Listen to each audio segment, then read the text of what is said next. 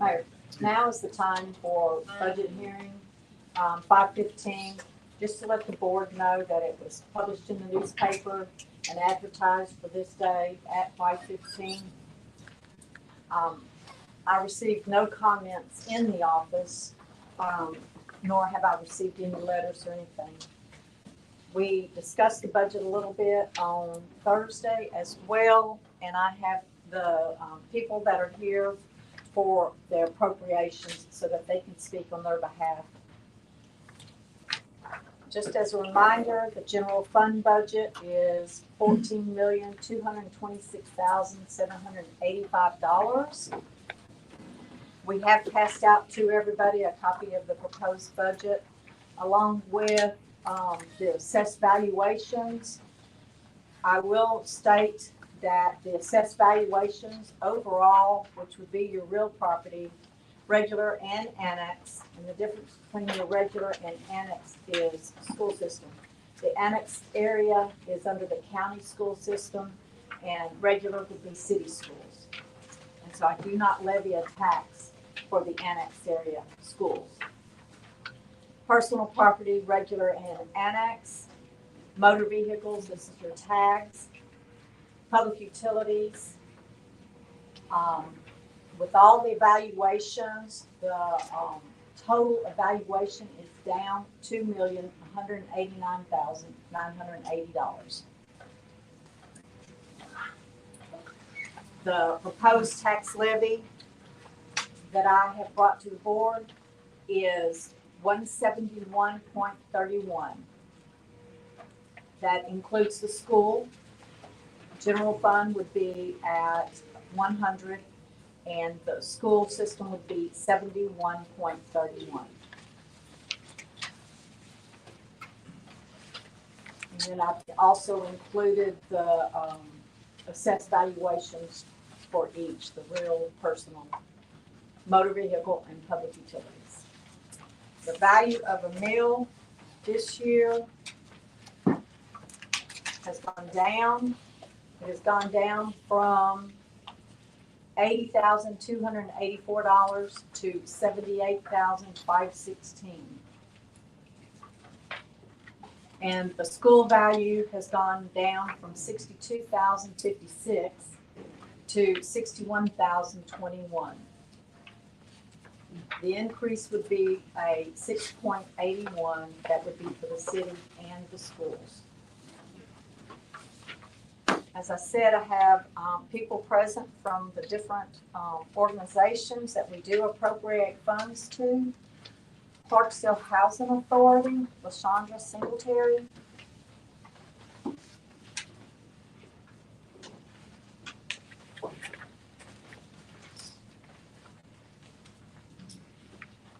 This will be her first time to appear before the board, right? Yes, ma'am. Good afternoon.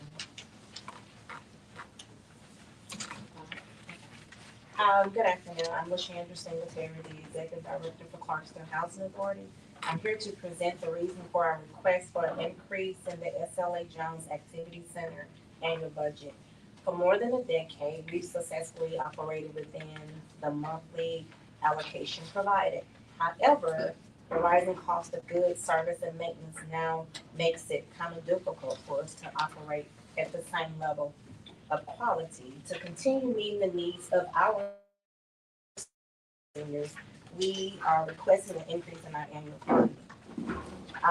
The SLA Jones Center is a vital resource for Clarksville elderly community, offering programs that promote health, wellness, and social connection.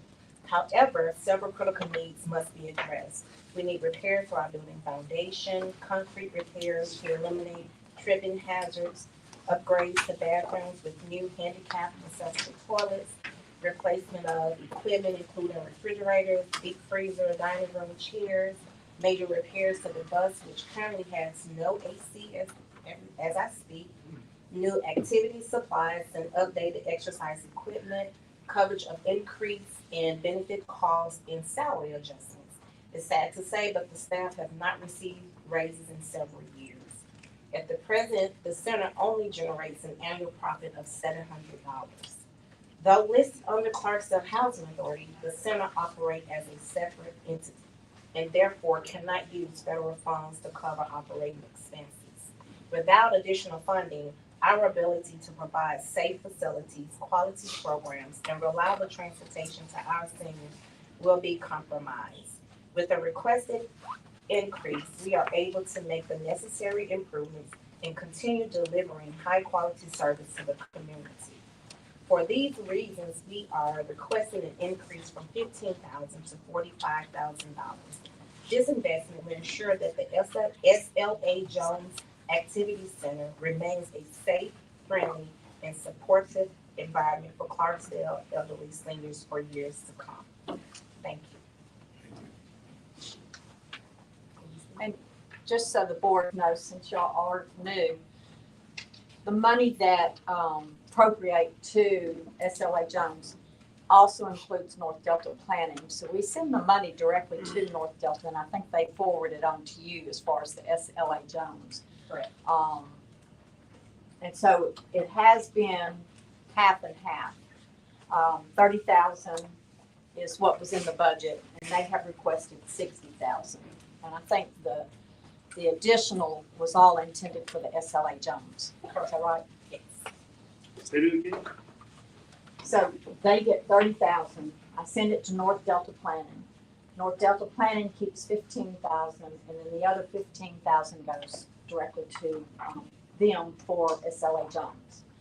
The additional money that they have requested, which is 60,000 total that they're requesting, 15 would still go to North Delta, and then the balance would be, the 45 would go to SLA Jones Center is what they're requesting. So they won't move from 30 to 60. Right.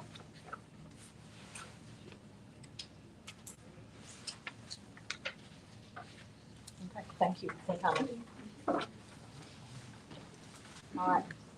My next one is John Levingston. This is Crossroads, what used to be known as the Chamber of Commerce.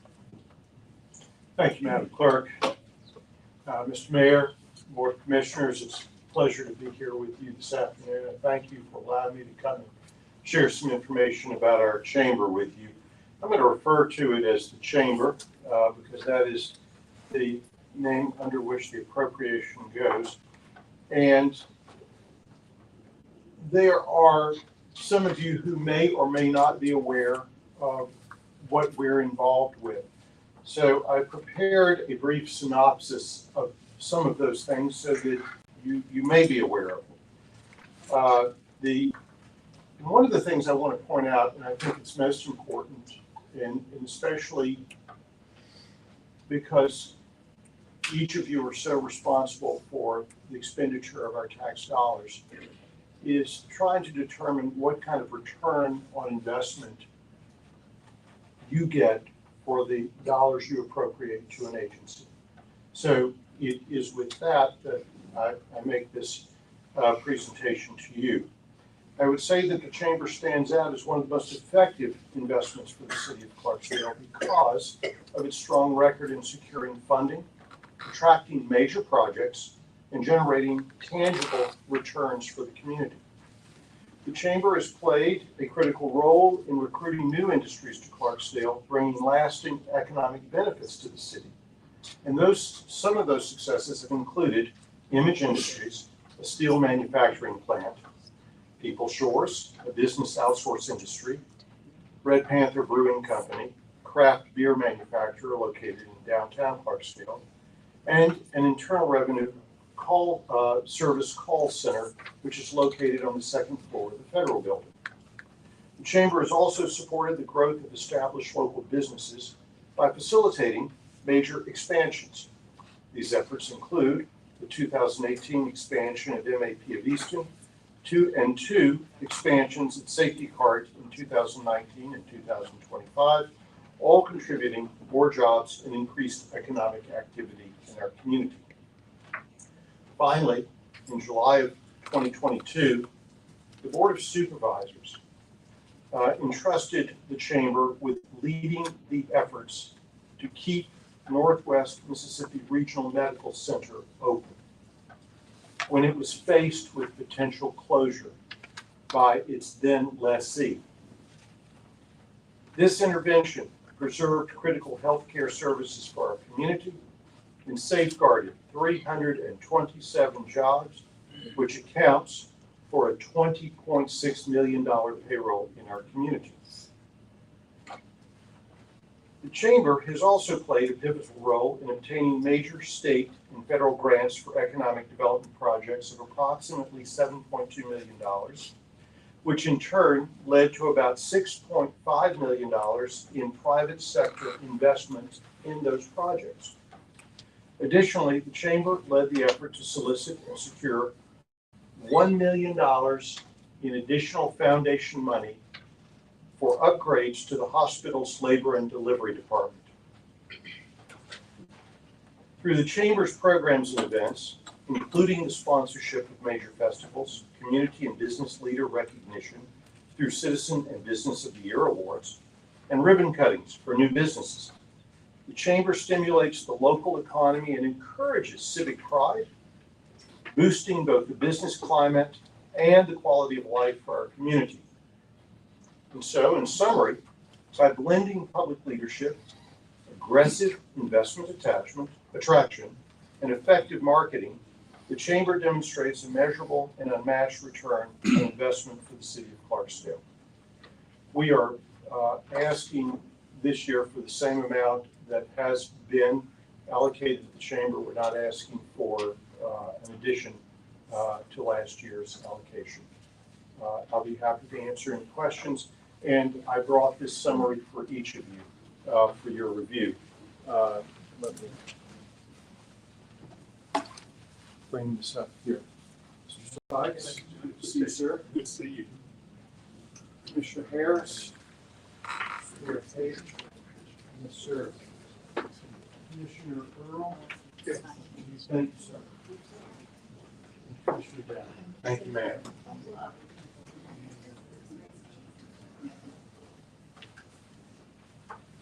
If you have any questions, I'll be happy to entertain. Thank you.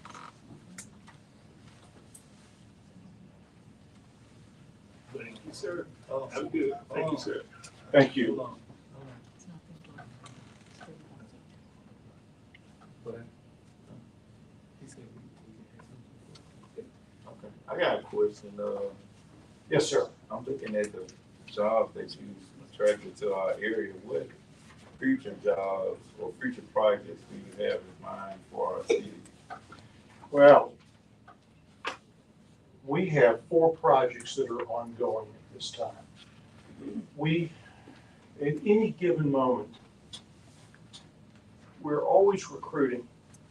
Some of the projects come to fruition, some of them do not.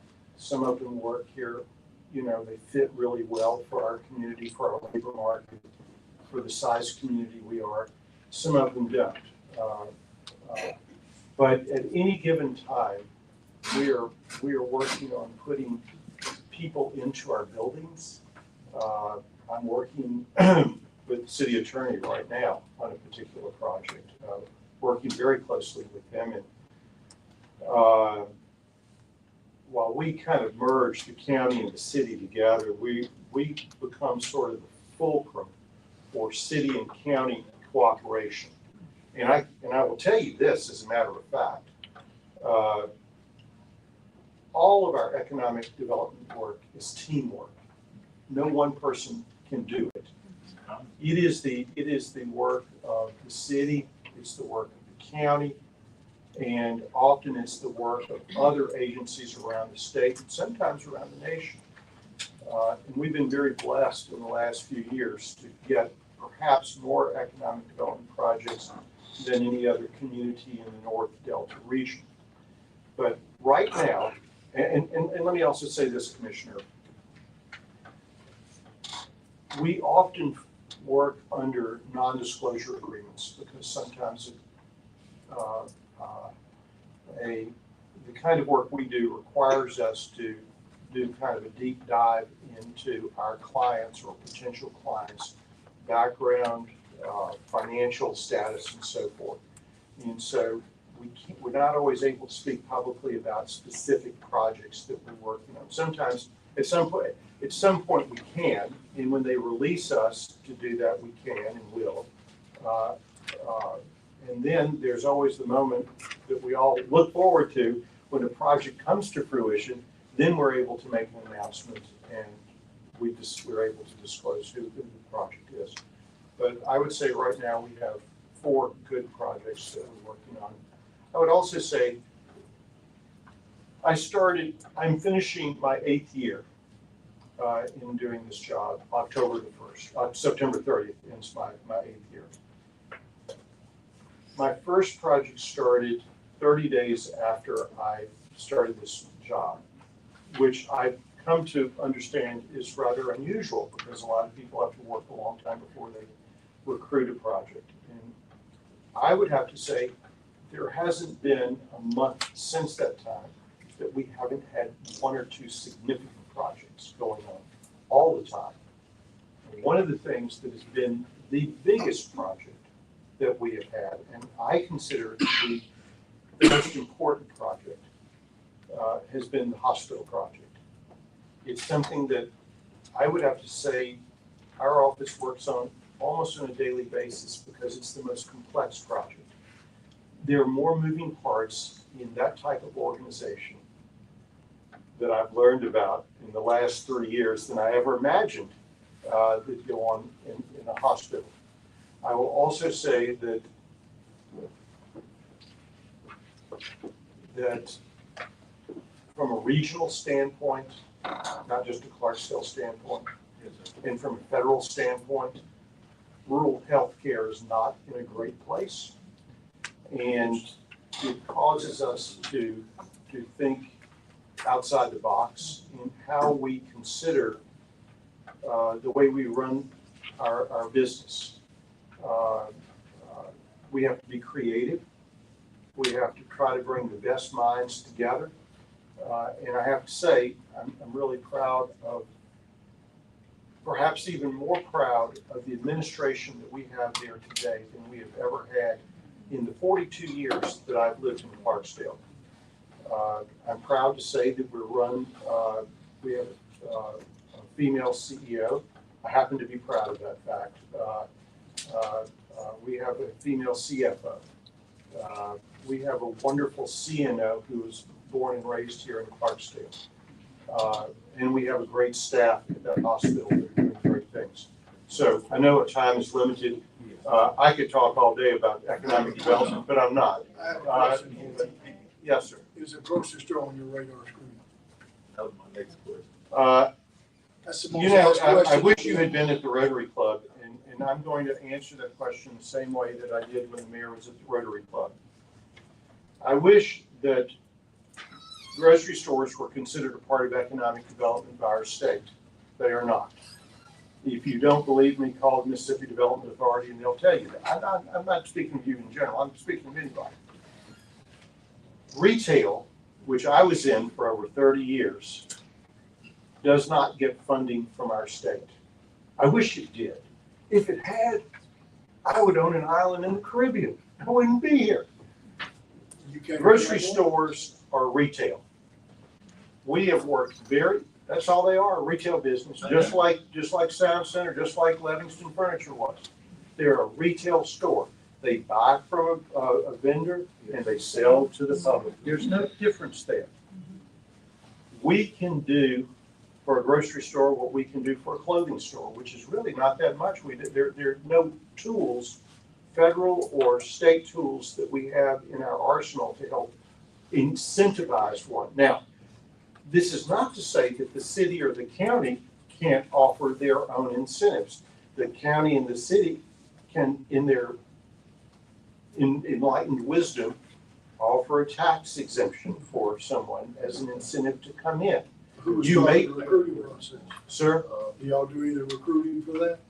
Before we can do our part? we are always looking for someone to come in and have a grocery store here. I do the grocery shopping in my family and have for over 32 years. So I would love an alternative to what we have. But I also have to say, quite honestly, doing the grocery shopping. And I'm not a spokesperson for Walmart or any other place around here, believe me. But I find pretty much what I'm looking for every Saturday or Sunday when I do the weekly grocery shopping. I've not had a problem eating healthy in Clarksdale. I got a question for you. Yes, sir. Yes, And it's kind of piggybacking off of Commissioner Harris. yes. With having another additional grocery store in Clarksdale, such as when Kroger's was in their building, Walmart had to come down on their prices because they had competition and they did what you call price matching. Yes. With them not having competition, it makes it harder to grocery shop here because, I mean, I understand that, you know, with the economy, but what I look at is Clarksdale has so much potential. We have so much to offer other cities to where we should be inviting businesses to come. We do. And I appreciate the work that you've done and your staff have done for the city. Yes, sir. But when I travel 30 miles north, south, east, or west of Clarksdale, those cities are growing. The cities are growing. Just like going to Batesville, off 55, they're building a lot of retail stores over there. And in order for us to be able to retain citizens here, we're gonna have to step our game up, or we're gonna lose those citizens. Because I heard citizens say the other day, well, I think I might need to relocate to Batesville because it's growing. And like I said, I appreciate the work that you're doing. And I know an individual who's a part of that project in Batesville that's going on. And I would love for him to meet with you and you all put your ideas together to better our city. Because Happy to I do it. have kids here, I have family here. I don't plan on relocating anywhere. I want to grow my own city and better my own city. I don't want to better somebody else's city. This is home for me. So when I think about that, we lack housing, we lack retail, we lack grocery stores and different things of that sort. We have to compete. And in order to compete, you have to be able to attract businesses here. When you go in the industrial park, it's dead. We have all of that availability of land that we can offer. We have the old MAPS building that we have to offer. Let's meet with some of these CFOs and CEOs and sit down. Even if we have to give a tax break to give these businesses an opportunity to come here, but we can't attract businesses here if we're not willing to give them some type of incentives. I mean, the way that we should attract businesses to come here is, hey, we're looking to give you a 2 to 3 year tax break. That's the way that this council should be able to accommodate that business. Well, Commissioner, if I don't mean to interrupt you, but I would say, you may not be aware, but this is exactly what you have done in the past, what the commission has done.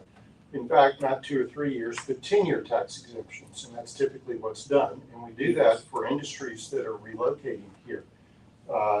Typically, that's not done for retail businesses, not only here, but anywhere else. But you're certainly welcome, as I say, to consider doing that. And I will stand here before you and be an advocate for any business that wishes to relocate here. But we do meet with CFOs or CEOs. We do meet with people all the time. And to Commissioner Harris's question, in the previous administration, we met with 4 different groups, 4 different grocery groups, trying to attract them here. So what's the problem?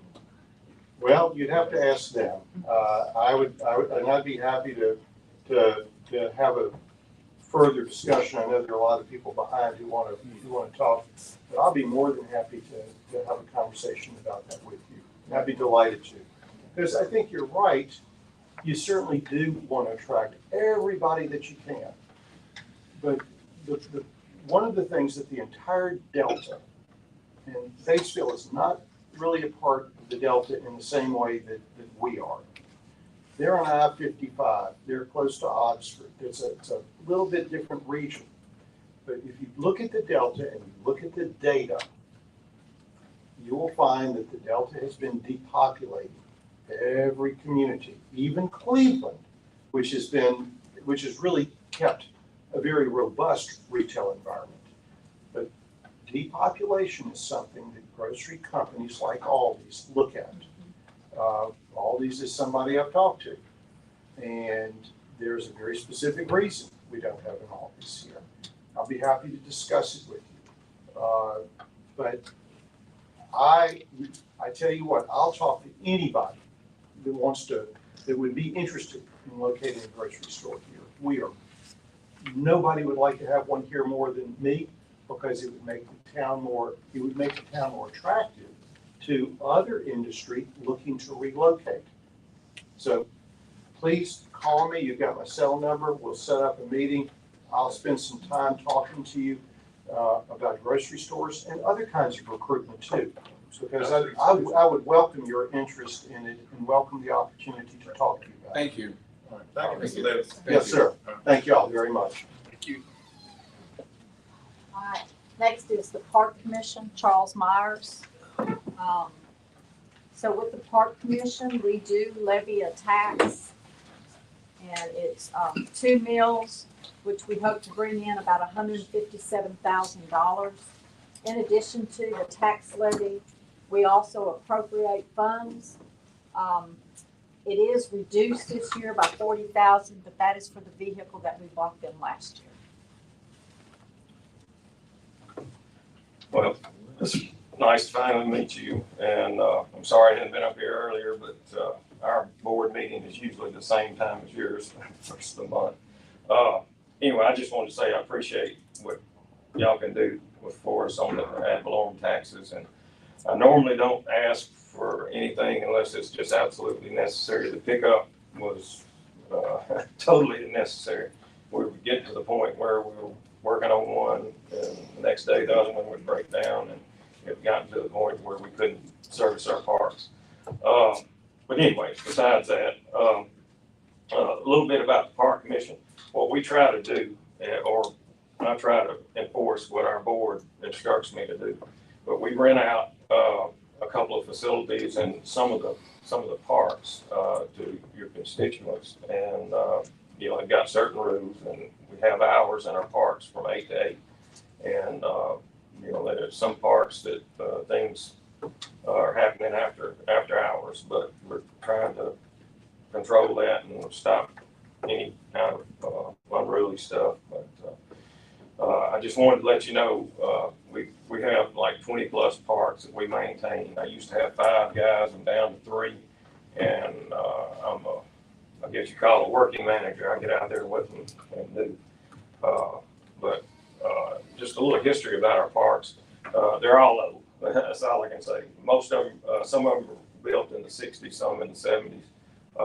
And I just had a request for our roll-up doors, and I appreciate y'all approving that, because it got to the point where we couldn't pull our vehicles in there. And we've had a couple of instances where they tried to break in them while they were out. And so thank you again for approving those doors, as we can now secure our vehicles. Like I say, when I come to y'all and ask for something that's not elaborate, it's in need, desperately in need. But like I say, next year we might need another more, because on 20 parks, it wears them out.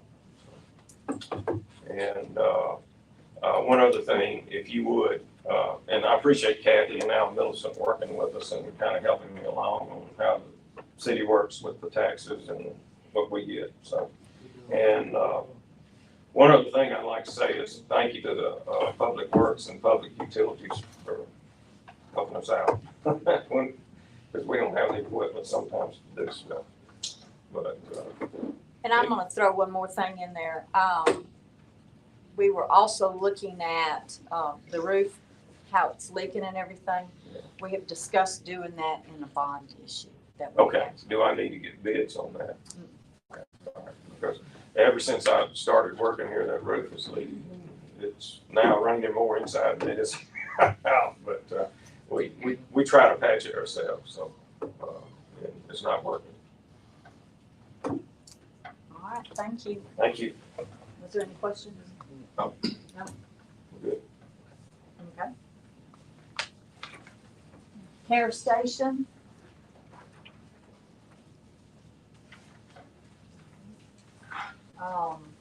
Let's see.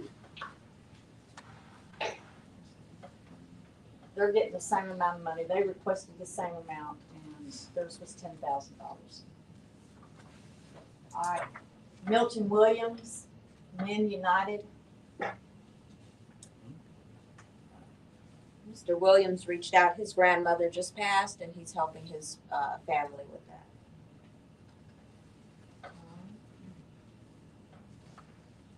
And they requested 50,000.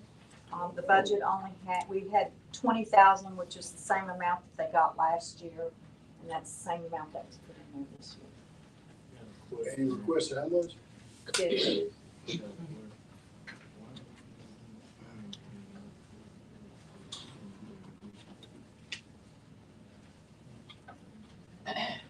I got a question. So we giving Men's United program, 20,000, Correct. and we only giving the Boys and Girls Club 5,000, and we giving Spring Initiative 10,000. So why are we lowballing the Boys and Girls Club?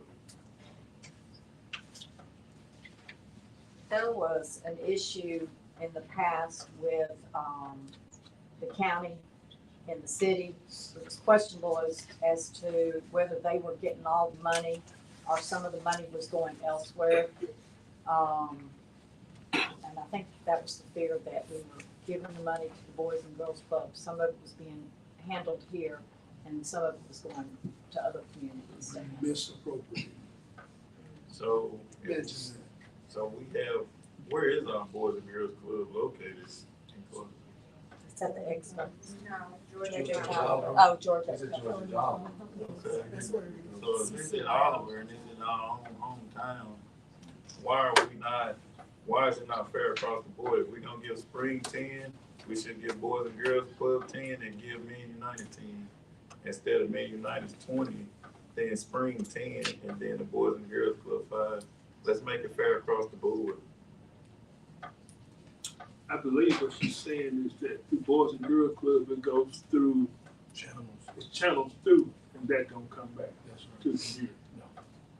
Don't come back to the community. So Spring Initiative is not challenged? No. It's not set up like And Spring Initiative is here to speak. I mean, my point is, we have kids from our community going to the Boys and Girls Club as well. I think it benefits our community. I think I saw this happen where X amount went out and maybe 10% came back in. Okay. So why is the 20,000 for Men United? Oh, I'm speaking on Boys and Girls Club. And how do we know that this is not coming back in our community? It's the way to set it. I had a young lady that I recommended that worked for the Boys and Girls Club. So as of today, I wouldn't know that, but in the past, that's the way it happened.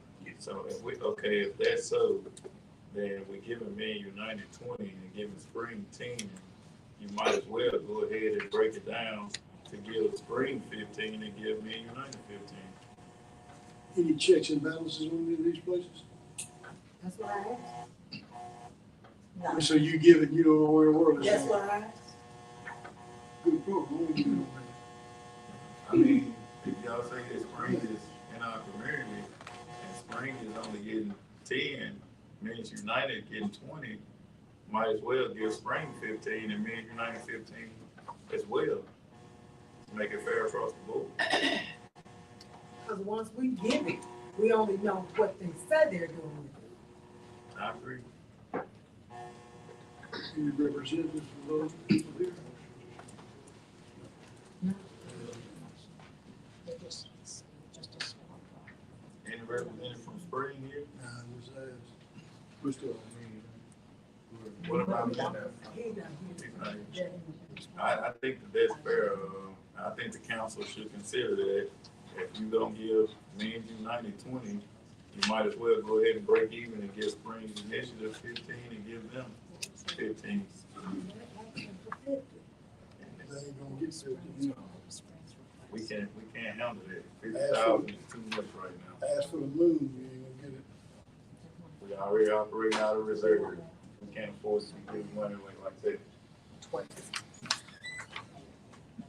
So just saying, Spring Initiative had asked for 12,000 and 8,000 was what was already in the budget. You can break it down however you want. That's what we're saying, taking some of Mean United's money and making it an even split. Yeah. All right, so you're gonna go 15 to, Men's United and 15 towards Spring Initiative, go ahead and break them even. And what about the other one? I still think the Boys and Girls Club needs something other than what we're giving, if it's gonna benefit our community. What do we get a Boys and Girls Club last year? 5,000. Just 5,000. I mean, we gotta think about these kids. We can't hold these positions forever. They're the future. 15 to 15, that's 30. 14. And you only have You want to divide it by 3? Is that what you're asking, Eddie? That's what we really, Yeah. Just take what we're gonna give and divide it by 3, is that what you're asking? yes,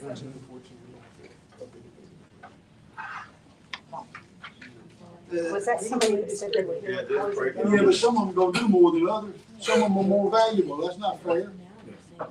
Wouldn't you agree?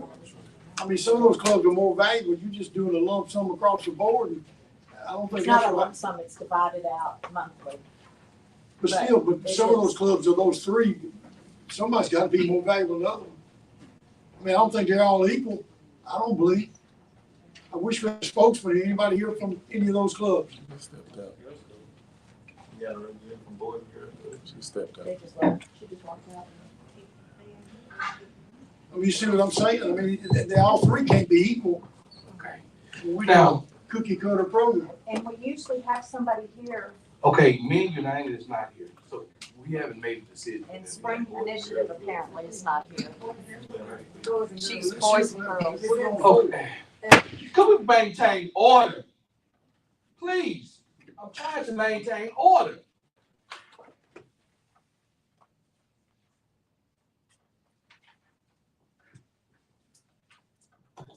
Go ahead, Ms. Anderson.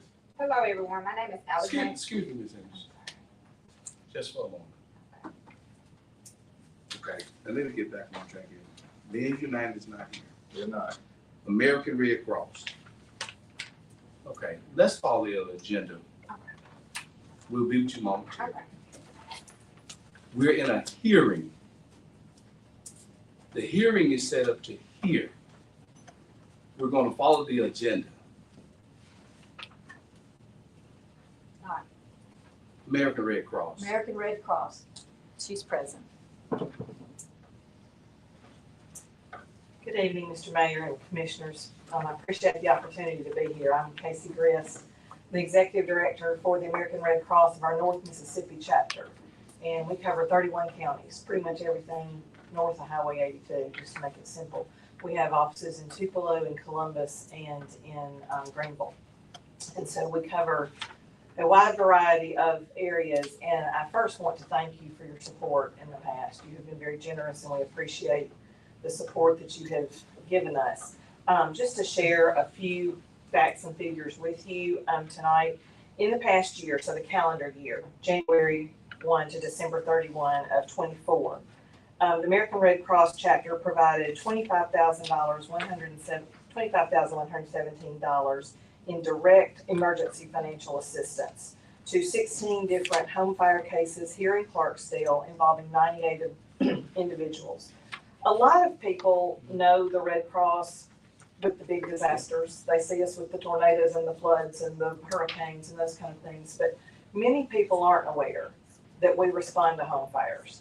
And I was not aware 5 years ago before I was working with the Red Cross that was something we did. So one of the things I want to tell each of you, whether you are one of the commissioners, the mayor, any of our department heads, or anybody in the audience, your best friend number is 1-800-RED CROSS. If there is someone, if you hear of a home fire, you see it on Facebook, if it's a neighbor, if someone calls in, the quickest, fastest way for them to get help is to call 1-800-RED CROSS. Now I'm going to leave business cards, and you're certainly welcome to call me, and I will follow up. However, and you have a disaster program manager in our Greenville office that services this area. But the fastest way for them to get help, and I just like to tell people that because I grew up the daughter of a mayor, and I know you get those calls all hours of the night, and the quickest, fastest thing you can tell somebody is 1-800 Red Cross. So I just wanted to share that with you. But in addition to that, that's just the money, the $25,000 is money that was put in people's hands. One of the things that we do is when those folks lose their home, doesn't matter if they have insurance, they don't have insurance, if they live in a $1 million house or not so $1 million house. No disrespect to any insurance agents who may be in the room, none intended at all. But as I tell my insurance agent, State Farm ain't coming at 2 o'clock in the morning to make sure I've got a place to stay tonight. The Red Cross is. And we will make sure that whoever it is has a safe place to be. We make sure that they have a little money to go get those necessities just to get on their feet. Nobody's getting rich off the Red Cross. If you do the math, nobody's, making a whole lot of money, but we make sure you've got what you need. And in addition to that, our caseworkers are gonna walk with that person hand in hand to make sure that at whatever point they're able to get back into their homes. We provide spiritual counseling, we provide mental health counseling, in addition to, just the financial help that we're able to provide. And a lot of times, one of the things that we have noticed, and I apologize, I did not pull these numbers for Clarksdale, but we're not hearing about all the fires. And it's nobody's to blame. Our firefighters very often, in an effort to do the right thing, will sometimes look at a fire and think, they don't need to call Red Cross. It was just a kitchen fire. But we have lots of cases where the kitchen fire happened. It's right, it was just a kitchen fire. But guess what? They lost all their medicines. And we can help with that. Or it was just a fire in one room, but they lost, their medical equipment and that kind of thing. So we encourage you to please, like I said, if you just hear about a fire, let us know. We've got folks who can come out and check it out, and we would love to make that determination. A few more things that we were able to deliver here in Clarksdale over the last year, in addition to our disaster services. The Red Cross was founded on our service to the armed forces, and we continue that service today. And in the last year, we provided 15 veterans or active duty military with services. And we also provide preparedness services. That's things that we do, whether in the schools for our young people, whether in churches, other organizations, and our businesses, to help people prepare for disasters. And over the last year, 26 individuals took advantage of that. This year, one of the things that Red Cross has sort of shifted our focus, and it should never have been shifted away, I don't know that it officially was, but I want to get into our communities. I want people in this community to know us, to know what we do. We want to know the people in the community. And I've been in the nonprofit world about 30 years now. And I am fully aware that as a nonprofit executive, when I walk into the room, everybody leaves. They know I've got my hand out. They know I'm coming asking for something. And tonight I want to share with you that I've got some things for you that are free of charge. As I said, the money that I reference here is just money that was directly put in people's hands. I'm not talking about the money that we spend to do the programs that we do. We have a new program, and I'm gonna, Madam Clerk, if I can leave these with you, called Prepare the Town. And it's got a few things on there. You may not be aware that we install free smoke alarms. We love to partner with our fire departments. We love to partner with churches and with groups that may want to do a volunteer activity. We'll provide everything they need. If you want to identify a neighborhood and go out and install smoke alarms, we will come and help do that. We'll provide all of the materials, the equipment, the training, and we'll help do that as well. We can certainly make sure that CPR classes are being offered in and around the community. Those are not free, but the fully certified ones are not, but we can make sure that they're available. We do have a hands-only CPR class that is free, and we love to come into groups and do those. What we now know is that hands-only CPR, and that's just the compressions that you do, without the breaths and all the other things, will keep somebody, they'll keep that blood flowing till somebody can get to them to help. Many businesses, I hate Mr. Livingston's gone, but many businesses do not survive a direct hit from a disaster. And we have a program called Ready Rating. It's completely online. It's an assessment a business can do, a church can do, a nonprofit can do. And it kind of, to see kind of where you are. How do you measure up if a disaster were to hit?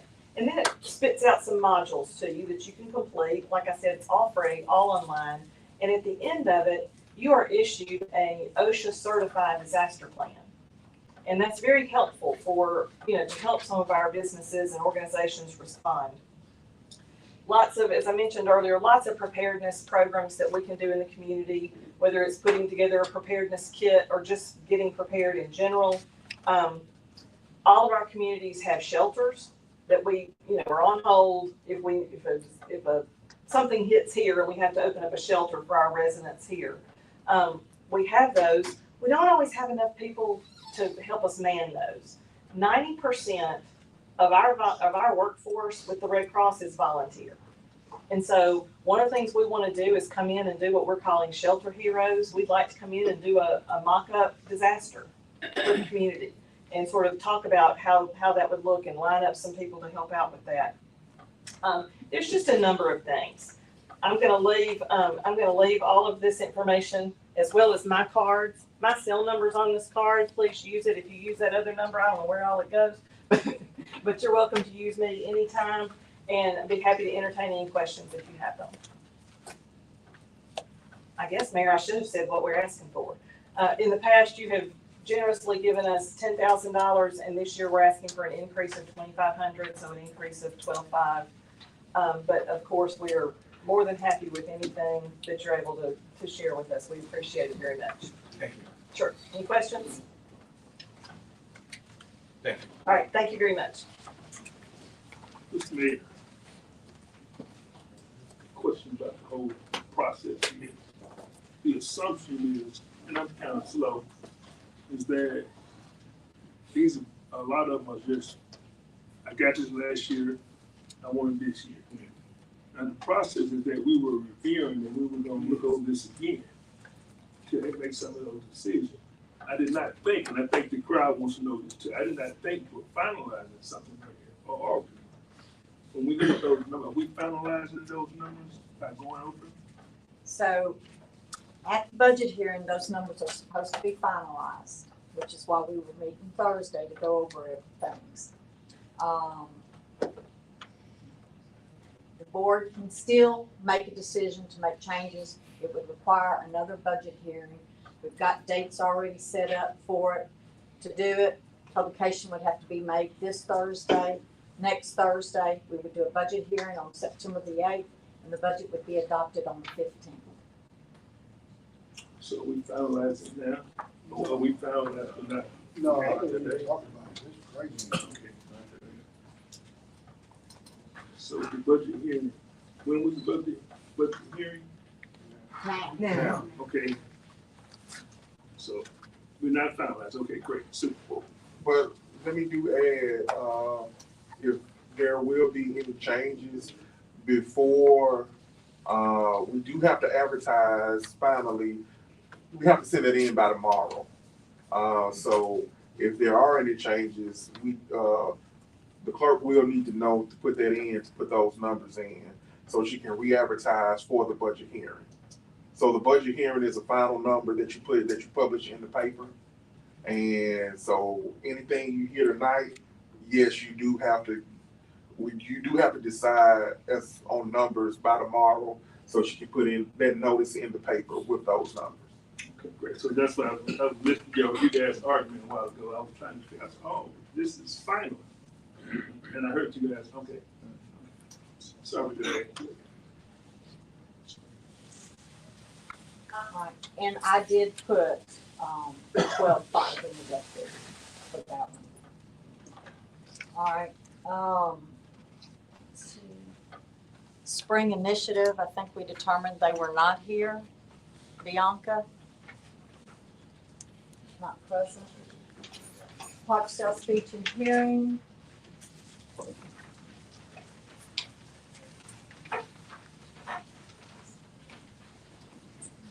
Hey.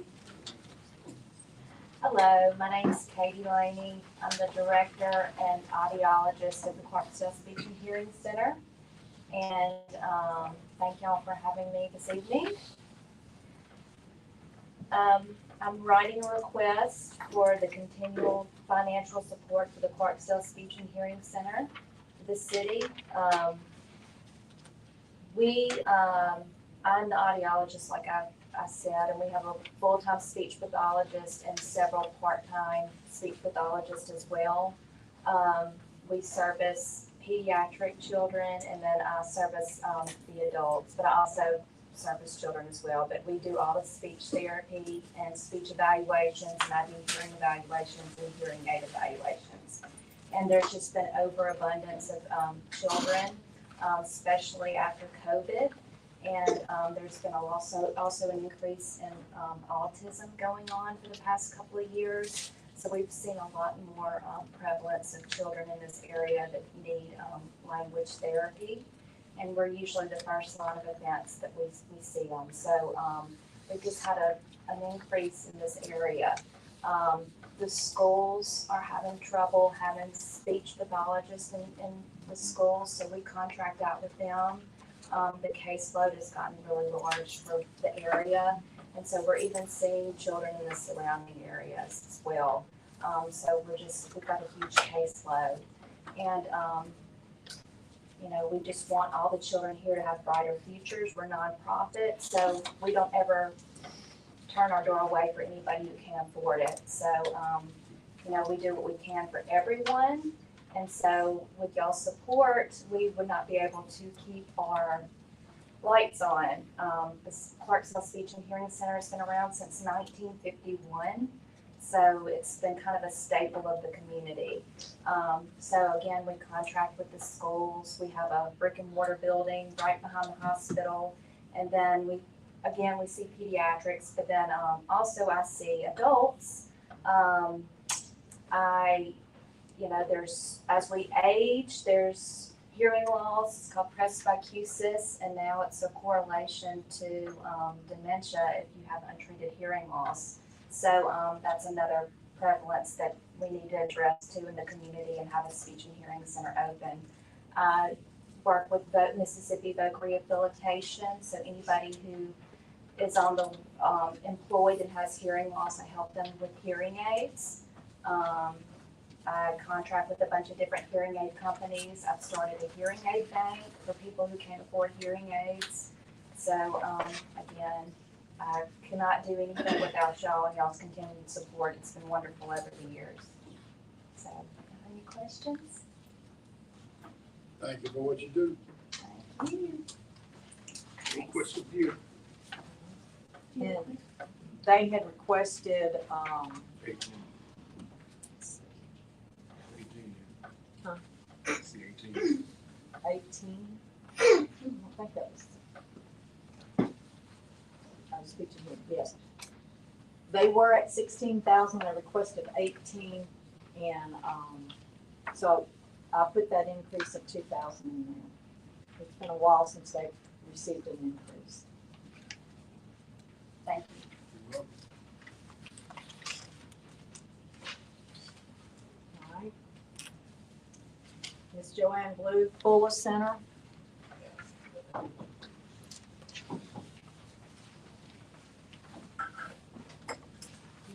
Good afternoon, Mayor, Commissioners. Thank you for having us. Would like to say that we have had a successful year this past year. Our goal, and we have reached our goal. We wanted to complete one full house within a year. And as you know, the Fuller Center for Housing build houses from the ground up based solely on volunteer work. So we would like to thank you all and let you know we did request $10,000 last year. We were granted an award for the first time since that I know of. I'm not certain. I couldn't attest to that. But and we are very appreciative that we were awarded an amount this year. We asked for 10, we've received 5, and we are here today to prove why the 10,000 is much needed, and also hopefully you will see how responsible we have been with the funding. Okay, so like I said, we were narrowing the gap of how long it takes to build a home, and so this year it will have taken us 1 year to build a home based on solely on volunteer and partnerships work. We also have already started the foundation on the second home, so the goal was to build 1.5 homes. And so by the end of December, we will have accomplished that goal. We close on the current house in November that we're building. The amount of money that you award or allot to the Fuller Center for Housing, it does not go toward capital fundraising or salaries or overhead or anything like that. It goes to and is restricted directly to that house that is being built. That it goes for things like, shaping up the ground, getting it prepared, bidding them to dig the sewer in. It goes to things like that, things that if that homeowner is no longer there, it still benefits the city back some way. And we hope if the funds will always be restricted, and we will continue that in the future. And we just want you to know that, and the city or whoever here is listening, that the houses to the homeowners are not free. We do not charge the homeowner interest, and that is a great benefit to the homeowner and to the city of Clarksdale. This is affordable housing for low-income individuals, whether they are single individuals, two-parent family home, or either elderly people. And what helps that we make these houses affordable is that the homeowners stay in these houses, and they do take pride in these houses, and we do think that further benefits the city. We realize that there are a lot of blights here, and the mayor spoke I think at the last meeting, and also when you attended Rotary, about what you all are doing for the city, demolishing some houses and taking the things away. And what we have done in the past for the Fuller Center homes is, like, if there's just even a piece of land or alley or whatever, the size of the alley, we have done all we could to purchase that for that homeowner and deed it to that homeowner, so they can not only take care of that, their own property, but that property, and don't have garbage and stuff creeping up. So we're doing garbage or whatever right next to them. So we're doing what we can to whatever land we gather that our homeowners are responsible for it, and we're trying to make them responsible not only for what they are just sitting on, but what's right next door to them too.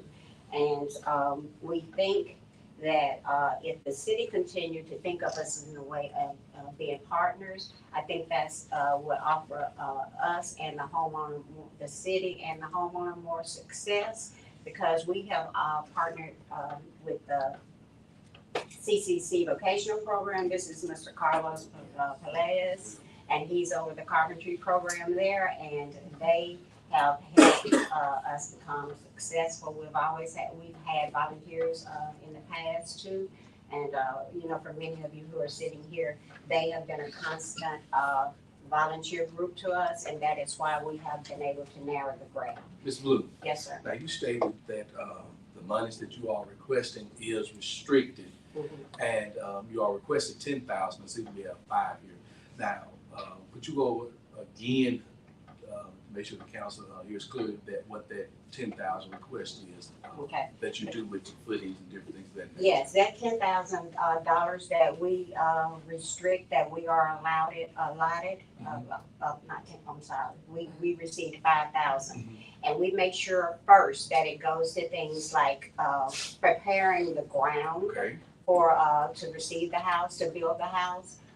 If there is sewer that needs to be and gas lines and things like that brought up, then we do those too. But there are a lot of expensive things in the home. It's no less than what, if you've got a commercial loan to build a home, because we have to hire service people. And we don't have volunteers doing things such as electricity and, the, HVAC and the plumbing. Because we want to, that homeowner is there for 25 to 30 years, and we want to give them a good start. We don't want the volunteer learning what they learned in something and leave you with something that's not gonna last you and last with the house for how many years, 5, 10 years down the road. So we restrict that money to things that go directly to building that home. And we also, the monies we fundraise all year long, and we do take a loss. We always take a loss on the house. We do not pass the entire cost on what it takes to build that house on to the homeowner.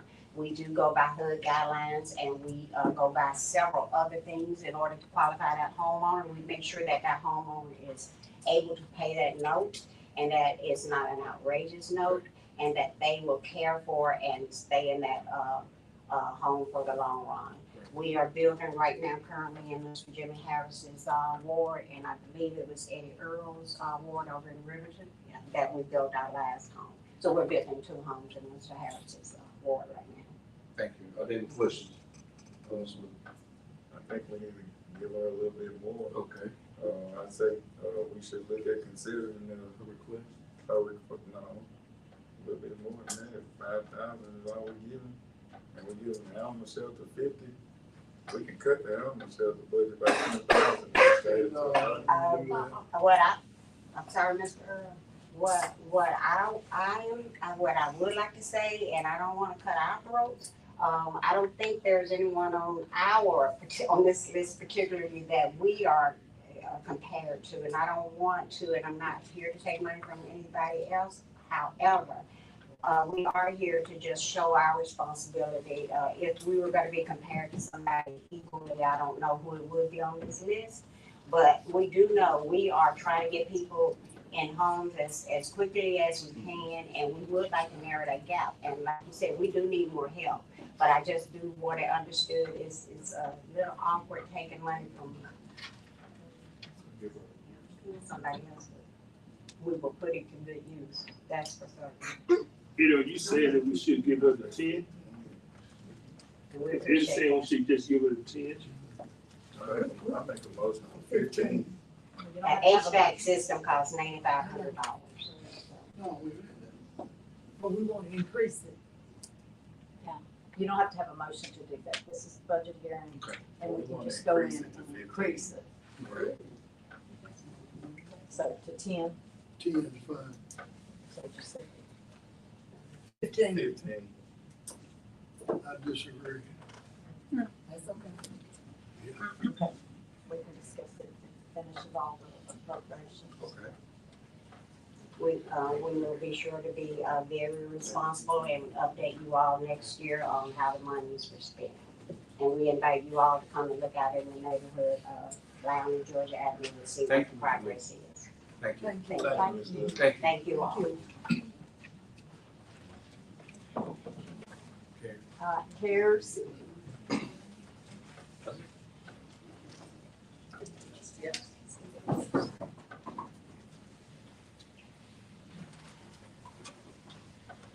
Good evening, Mayor Payton, Commissioners. My name is Laura Adamski, and I'm the Board President for CARES Animal Shelter.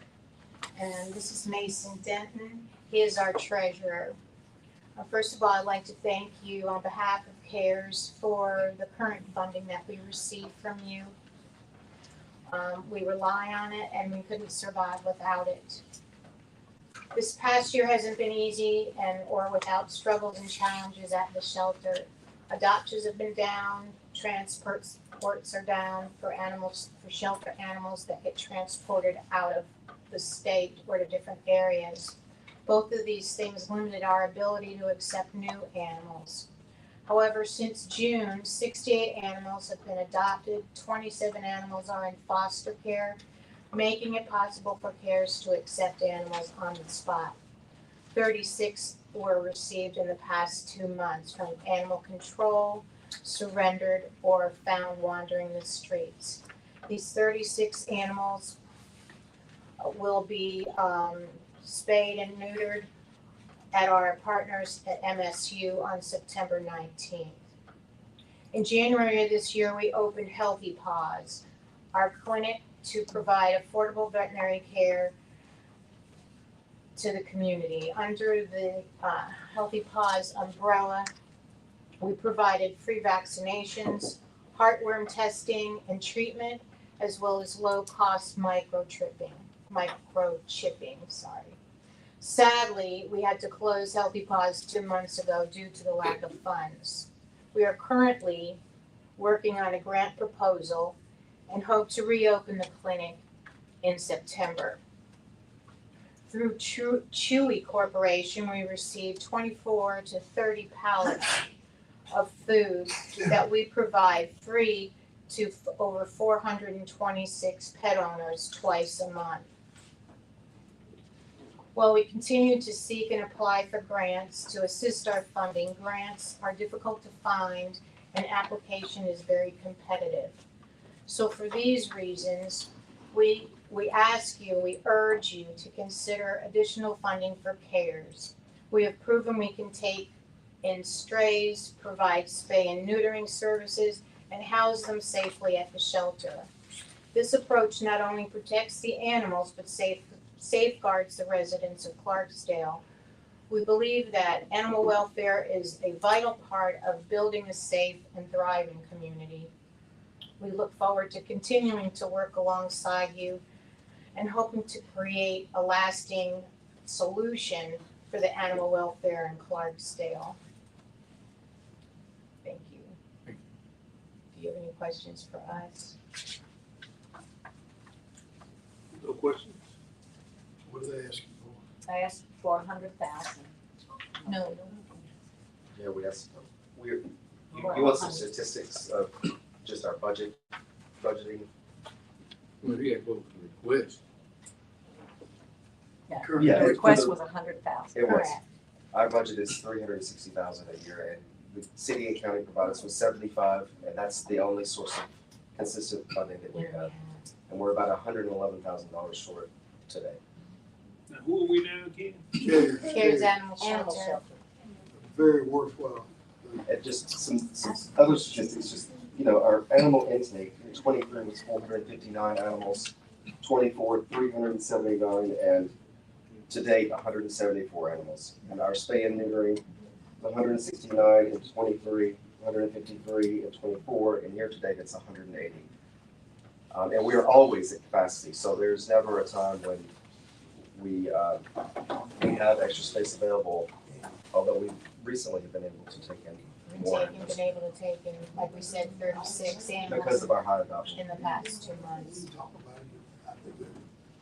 So the city does 50,000 and the county does 25, so that's Correct. how they got their 75.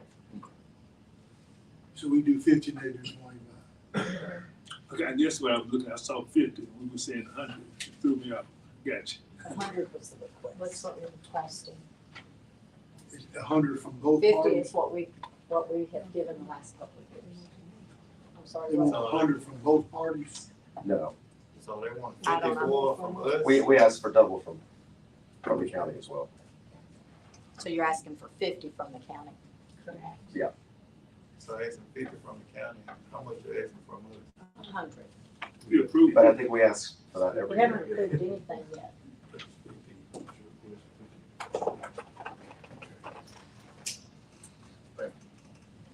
Thank Thanks. you. All right, Boys and Girls Club. Hello, everyone. My name is Alexandria Henderson. I am the unit director for the Boys and Girls Club here in Clarksdale. I am respectfully requesting financial support from the city of Clarksdale to continue to expand the vital services we provide for children and families in our community. The Boys and Girls Club has been a long and safe, nurturing environment for our youth. we serve young people ages 6 to 18, many who come from families struggling financially. Our monthly fee is $40. We served 125 children this summer free of charge. If the children receive Magnolia insurance, they are covered by their insurance, but we only had about 15 children that have Magnolia insurance. We ensure that the kids are safe. We provide snacks, breakfast, lunch, snacks, and a to-go bag for home. So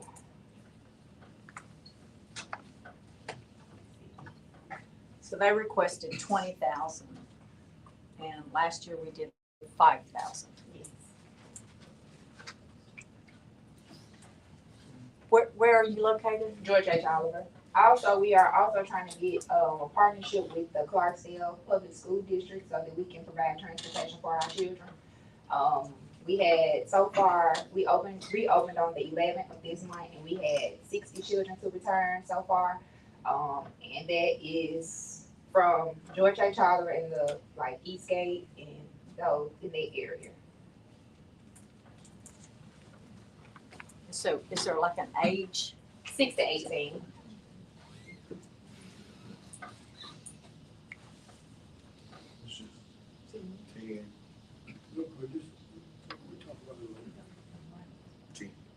We'll discuss it. Thank y'all. We appreciate you coming. Thank you, man. All right.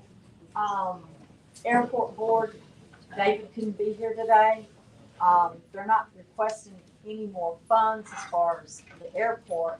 I did have to put an extra 10,000 in there because y'all just approved 2 grants for them, and that's gonna cover the matching funds.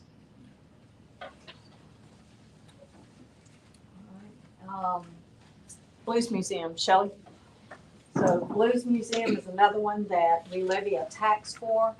Theirs is 3 mills. Hoping to bring in $235,000. Wonderful. Good afternoon. Thank you all so much. We appreciate the support that we get from the city of Clarksdale, and we hope you've seen the increase in tourists and other programs that we've been delivering throughout the year. We've received 2 grants since we submitted our budget. We were just awarded $20,389 from the Mississippi Delta National Heritage Area. And with this money, we're going to be creating a website feature on the history of Rooster Records, a traveling exhibit on Rooster Records.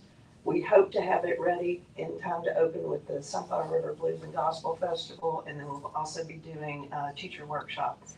And we've talked to other music museums that do blues, and they are interested in hosting the exhibit too, so I think it's going to be traveling, but at least in the southeast for sure.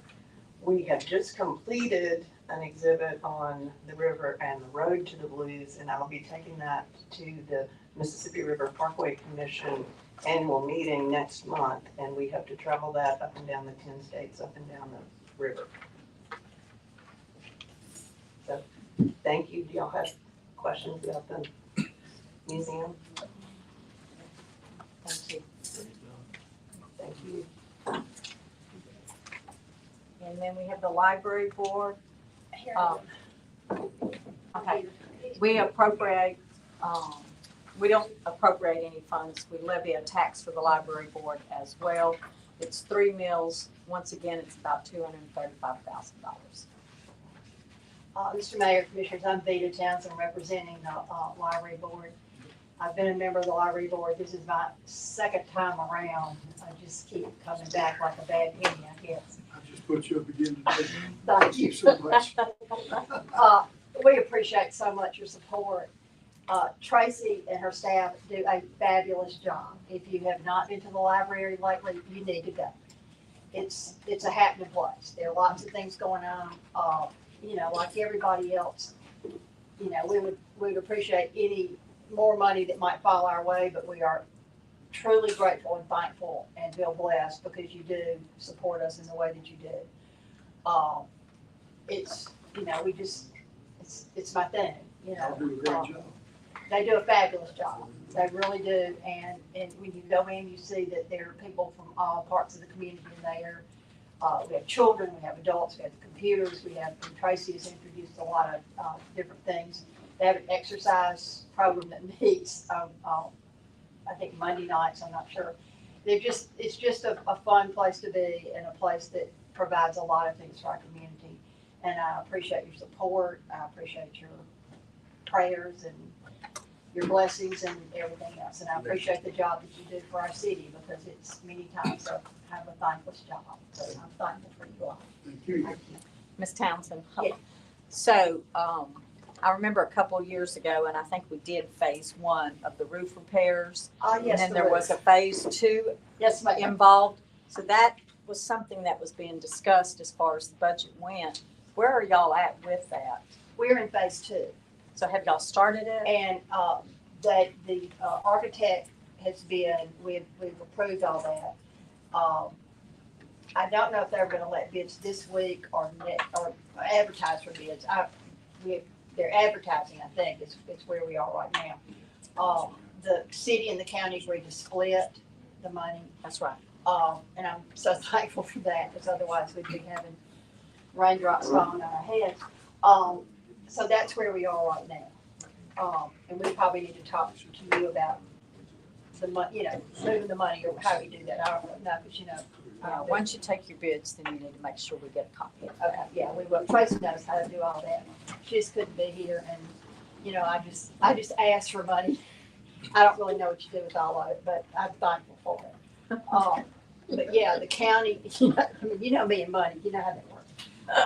The county graciously, you know, is splitting the deal with the roof. And so hopefully, the only concern that we might have is that because it's on the other part of it's on the historic part of the building, it's gonna have to be a certain skill set for that because of the historic nature of that part of the building and the things involved. But I'm hopeful that we'll get all that taken care of.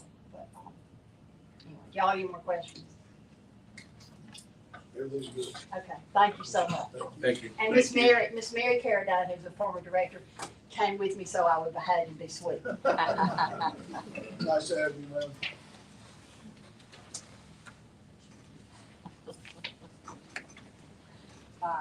Ms. Rhymes?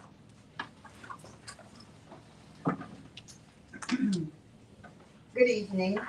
Thank you so much for allowing me to come before you at this time.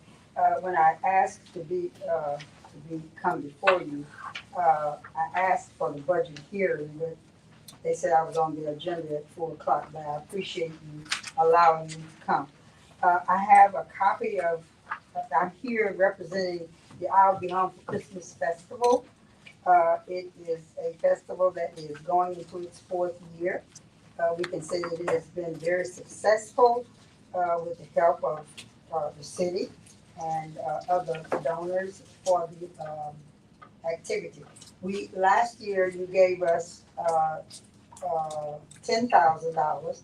We requested 20, you gave us 10. So this year we're going to say, we're going to ask you for the same amount, but whatever you give us, we will be more than happy that you did this. So I'm going to give you a document that will show what we did in 2024 and then what are our plans for 2025, 26. So if everybody can get a copy for the commissioners and the mayor. I want to talk basically what we've looked at. It's a month-long activity, and it starts this year. We're going to ask to start December 2nd, and we will go through December 18th. And we have shown here the mission, what makes the festival unique. We also are talking about our goals and the activities that we have. We have 4 activities planned. We've done partnerships with various organizations around the city. The first activity we will have is Christmas at City Hall. And last year we partnered with the, canoe, with, Mr. Quapaw.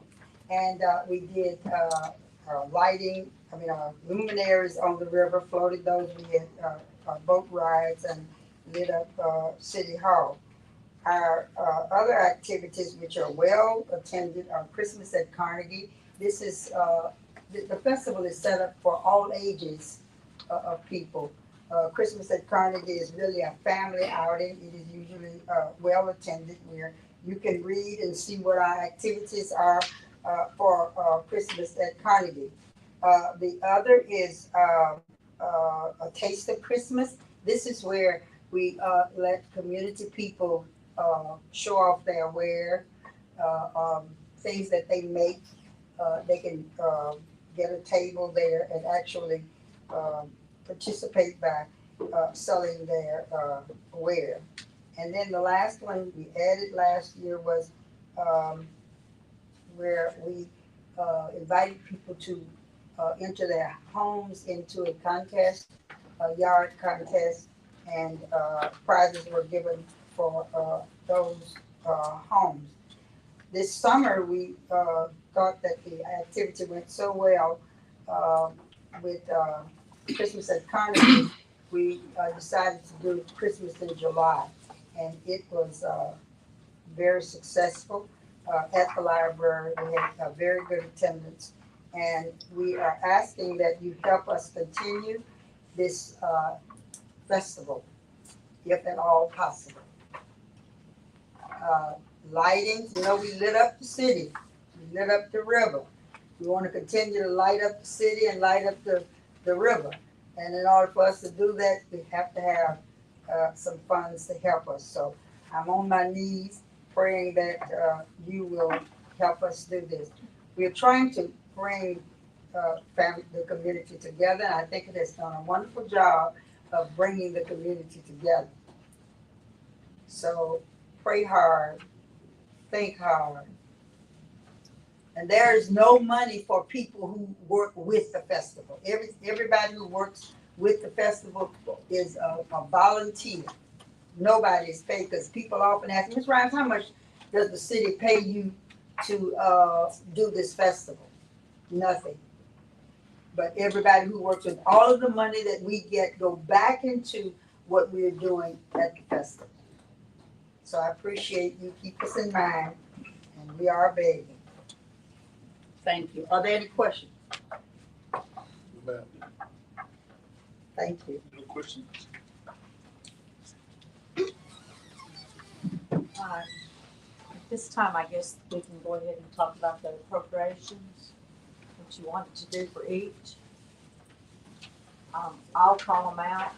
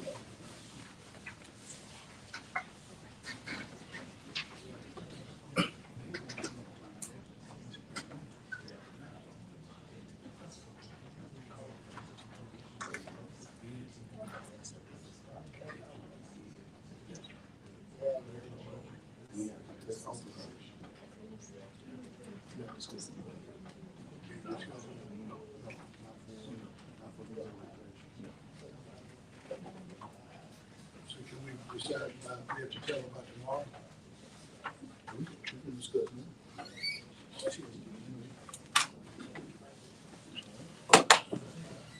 You want me to call them out? Yeah. All right, so the Recreation Commission, we put in the budget $180,587. They requested $220,587. Who is this now? Parks Commission. No, I'm sorry, wait, they requested Park Commission, $233,752. We put the 180,587 back in.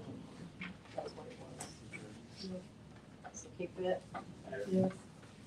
All right. Crossroads. Chamber of Commerce requested 100,000, and that's what they've got.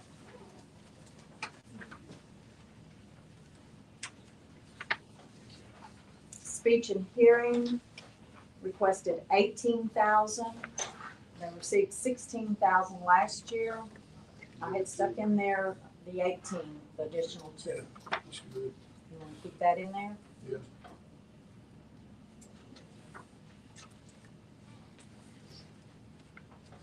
Airport board was the same with the additional 10,000 for the Match matching fund. funds.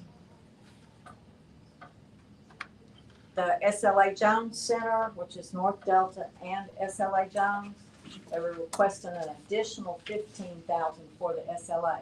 It still has to go through North Delta, but it comes back to them. So what y'all want to do on that? With the cuts that we gotta consider something. I'll put in there the 30,000. Okay.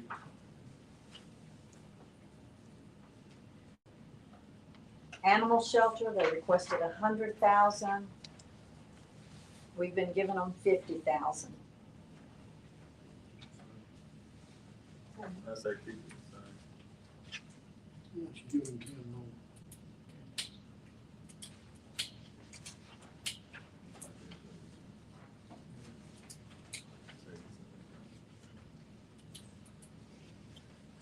Same. American Red Cross, they've been getting 10,000 for quite a while. They requested 12,500. I had stuck the 12,500.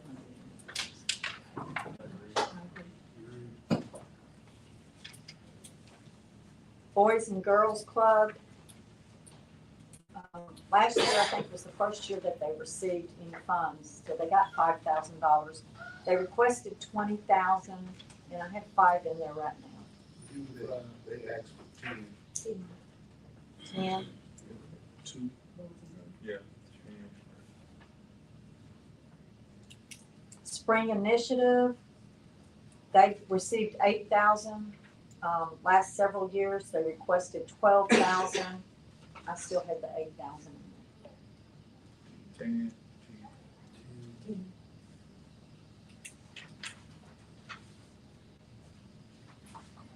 Care Station remains at 10,000.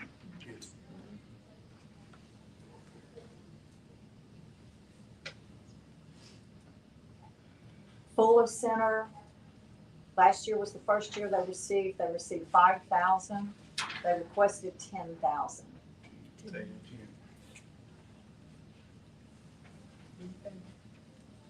And then the United Mentoring Program. Okay, that was everybody. All right. At this time, I'm sorry, what? Okay. Yeah, that's not an appropriation, that doesn't go through appropriations. Appropriations have to meet certain guidelines, and her funding would be through promotions. Okay. Yeah. Which is. Yeah. Okay.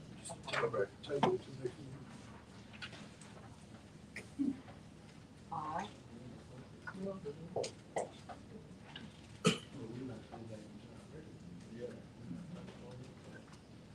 What's that? Look, this is just the hearing, so we can go back into our regular meeting and put it there, right? Yes. Okay, yeah, we'll do. I'm not gonna take it. But you still need to be discussing the budget because. Yeah. Okay. So at this time, we'll consider the hearing closed and then move back with our regular board meeting. So we'll just document that in the minutes that the hearing is closed.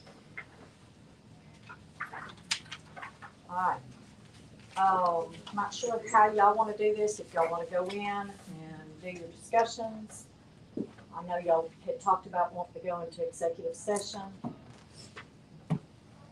So I guess we can do that now, since what y'all have. We need to get numbers put together, for tomorrow, so I can get it to the newspaper. I've already talked to Josh about saving me a spot to, put notice in the newspaper. All right, so I need a motion to go into closed session.